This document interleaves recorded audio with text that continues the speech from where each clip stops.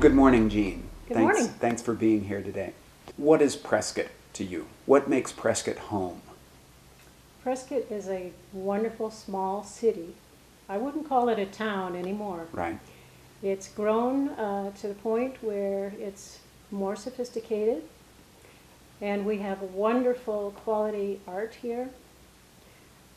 We have wonderful parks and greenways. I love the trails. I like the cultural opportunities. It's just the right size for me because I can either walk from my home to downtown, or I can drive across town in under the 10 minutes. That's my criteria for a livable city.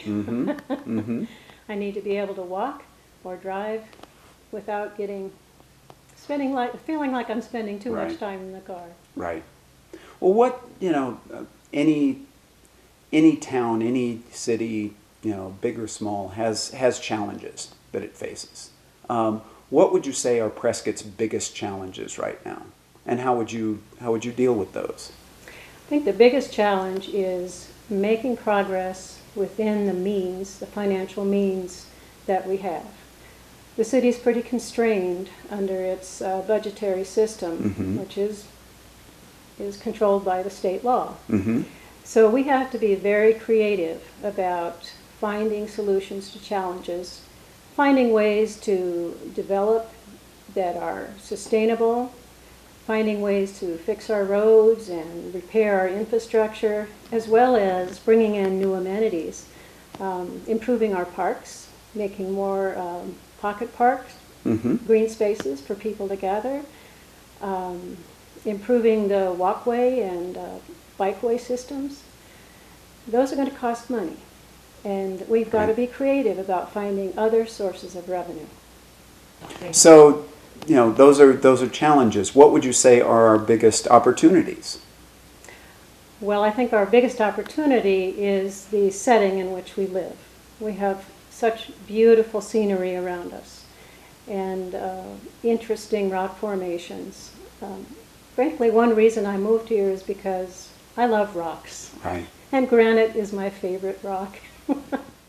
What sort of an opportunity do the Dells represent, for example?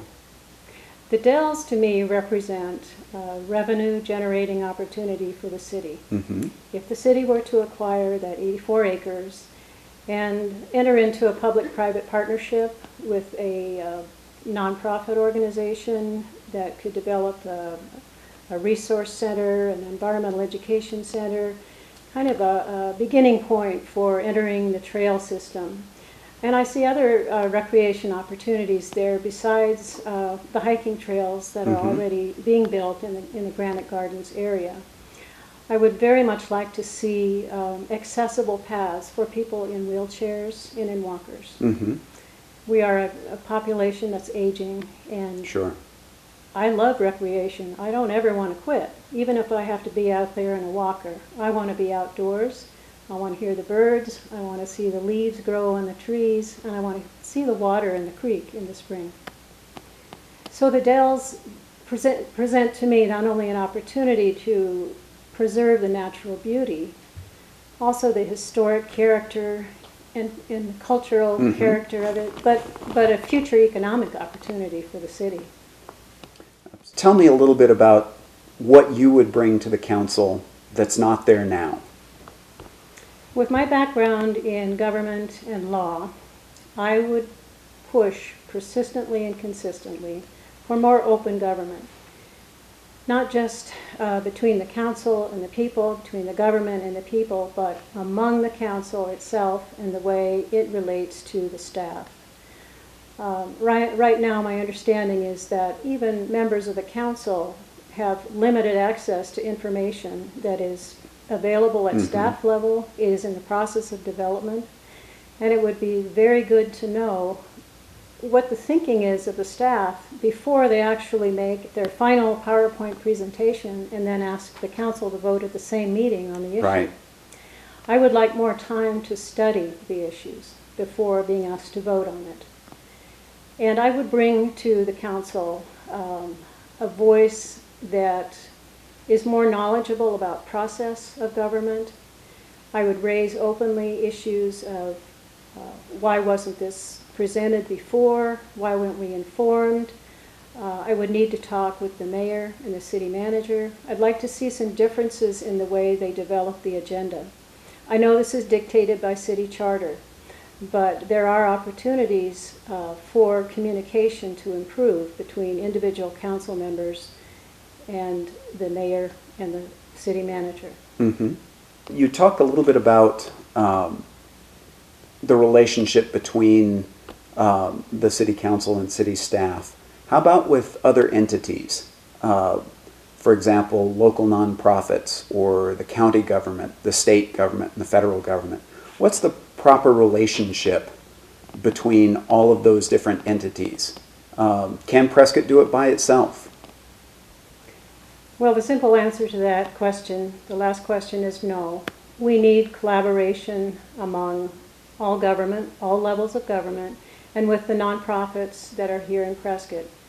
There are many nonprofits doing great things, but they're struggling, particularly with the recent recession.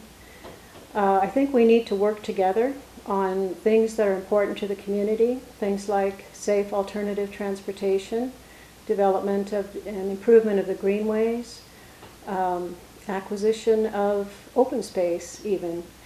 I'm on the board of the Central Arizona Land Trust, and I know that there are many tools available to acquire not only fee title to the land, but conservation easements. And these are tools that benefit the landowners to allow them an opportunity to pay fewer taxes. So it requires a lot of conversation, a lot of interaction.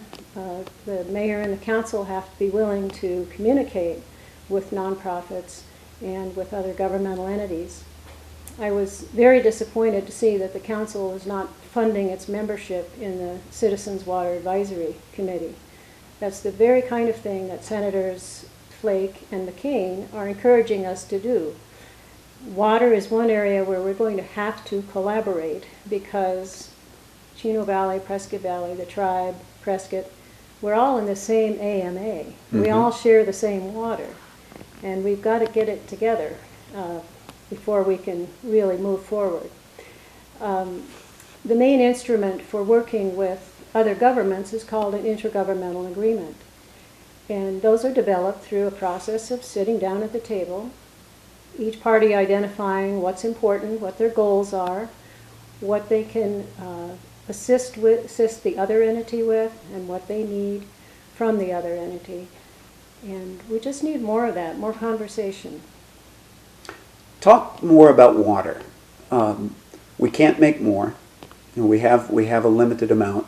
How do we live within our means and continue to be the city we are and be the city we expect to be in the future? We can't live within our means. I think most of us would accept that statement. So we need to look to other ways of capturing the water that we have in our own area.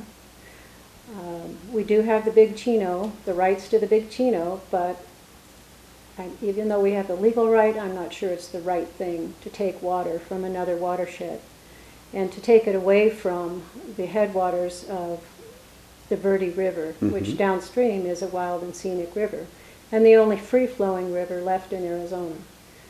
That's an important treasure for the entire state. First of all, I threw out the idea that, thinking outside of the box, we should consider selling the Big Chino and taking that money and developing an infrastructure within Prescott that would capture as much water as we can and store it. We definitely need to increase our storage capacity for water during those lean times. I think that would bring us a long way, but I don't have the science behind it. We need a lot more study of water trends, water depletion, what storage capacity we would need, and the cost of the infrastructure we would need to develop. But on a smaller scale, one of the things we could do right now is enact codes that would require all new developments to harvest their own rainwater for outdoor landscaping. We could even require them to use rainwater for industrial, non-potable uses indoors. And we would have to go to the legislature to impose such a requirement on commercial businesses and industry. But I think that's one thing we need to fight for. So on an individual level, change the codes, and then for existing houses, develop an incentive program that would encourage people to install rainwater harvesting systems so that they can use that for their outdoor landscaping. Mm-hmm. I really don't want to turn Prescott into a barren desert. We have beautiful big trees, and people have invested thousands and thousands of dollars in wonderful landscaping, which is part of what makes it a very beautiful community.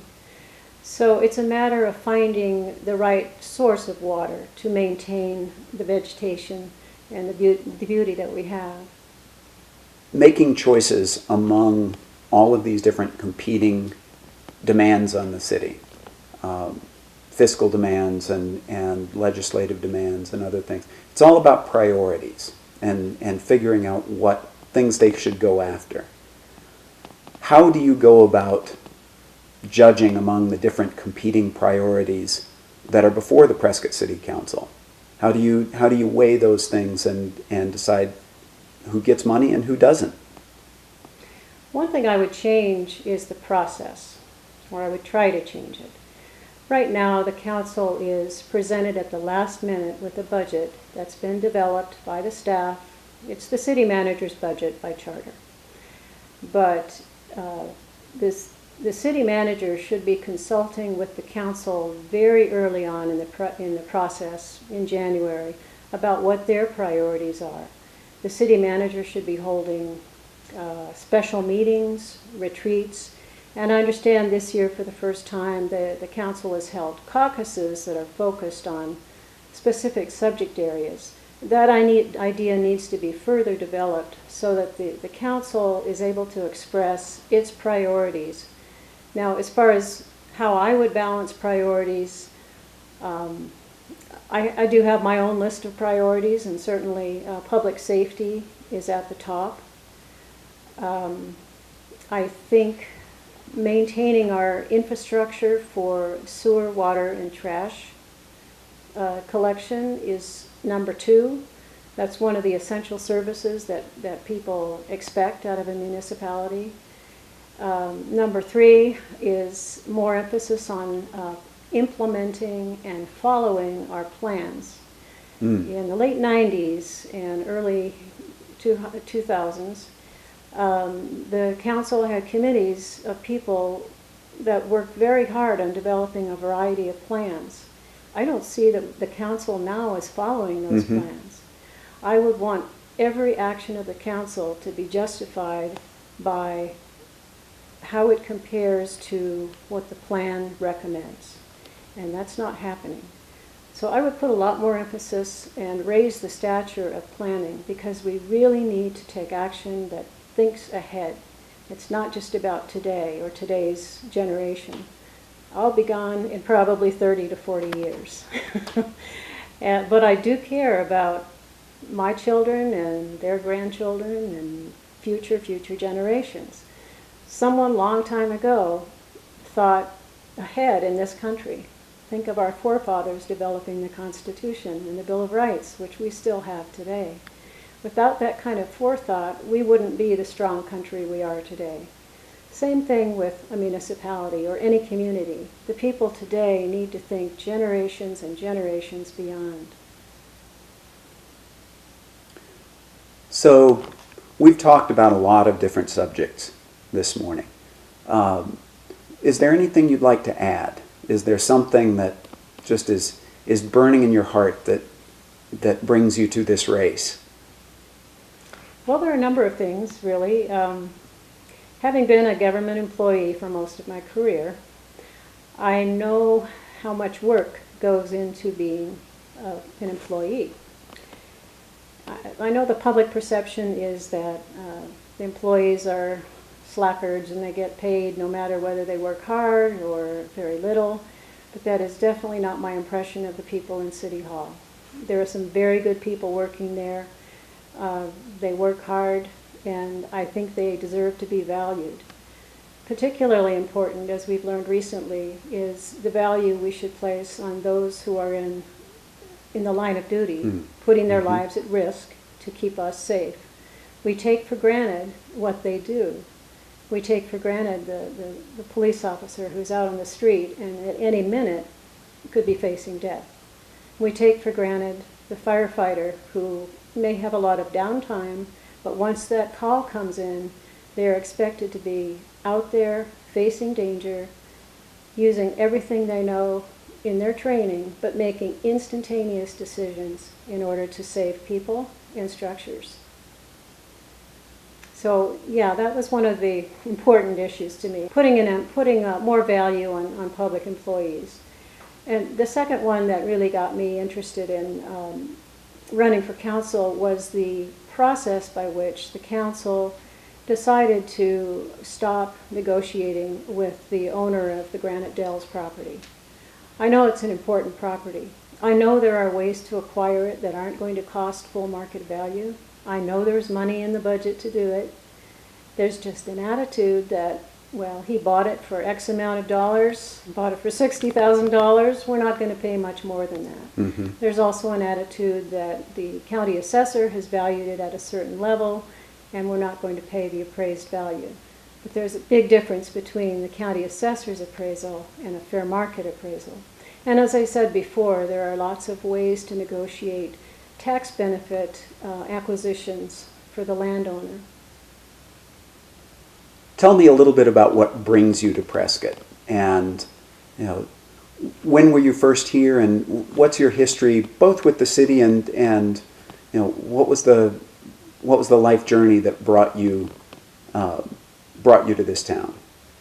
Well, it's an interesting story.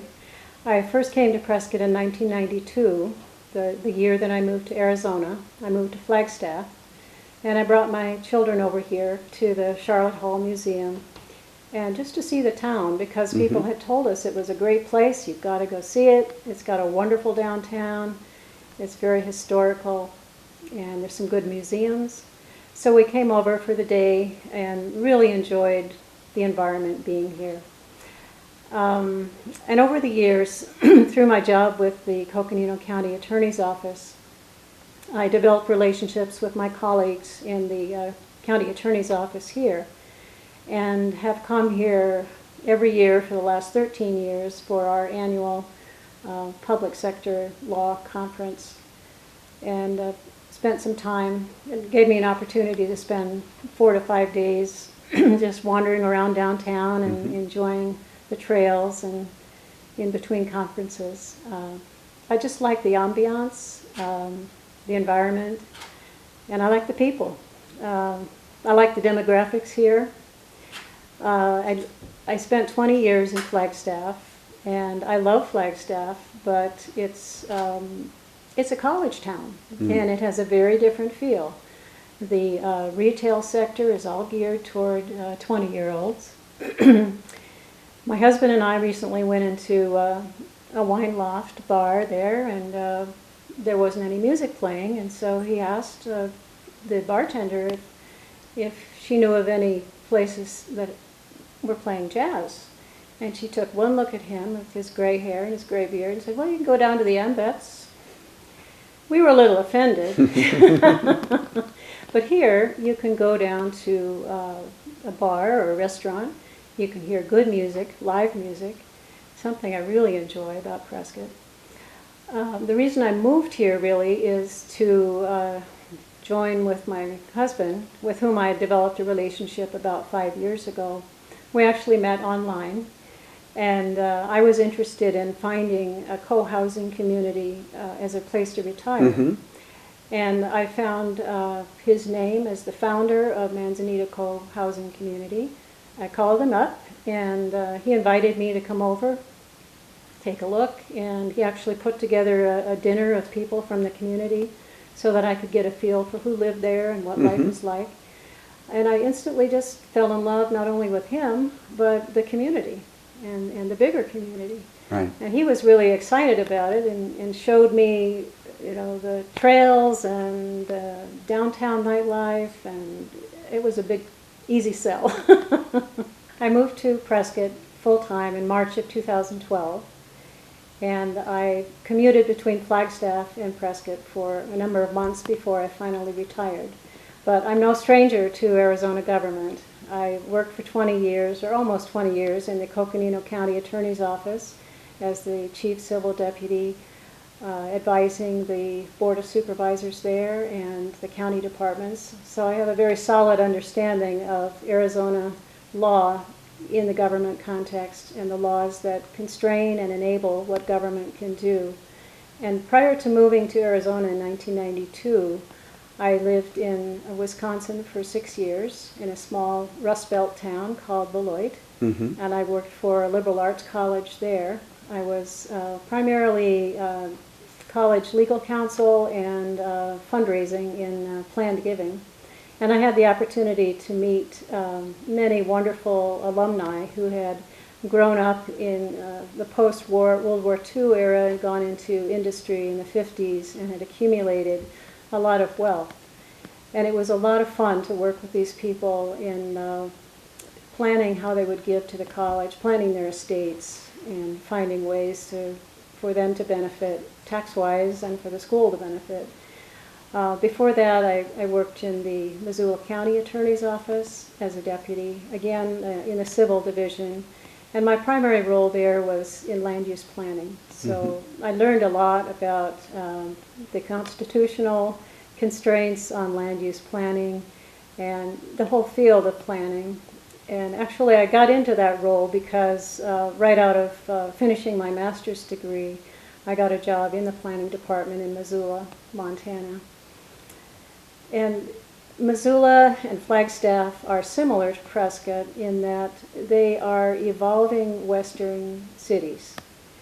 And I've seen both of them grow from dirt road towns into cities that provide beautiful amenities for people who live there and for the tourists who come. And that's the kind of vision I have for Prescott.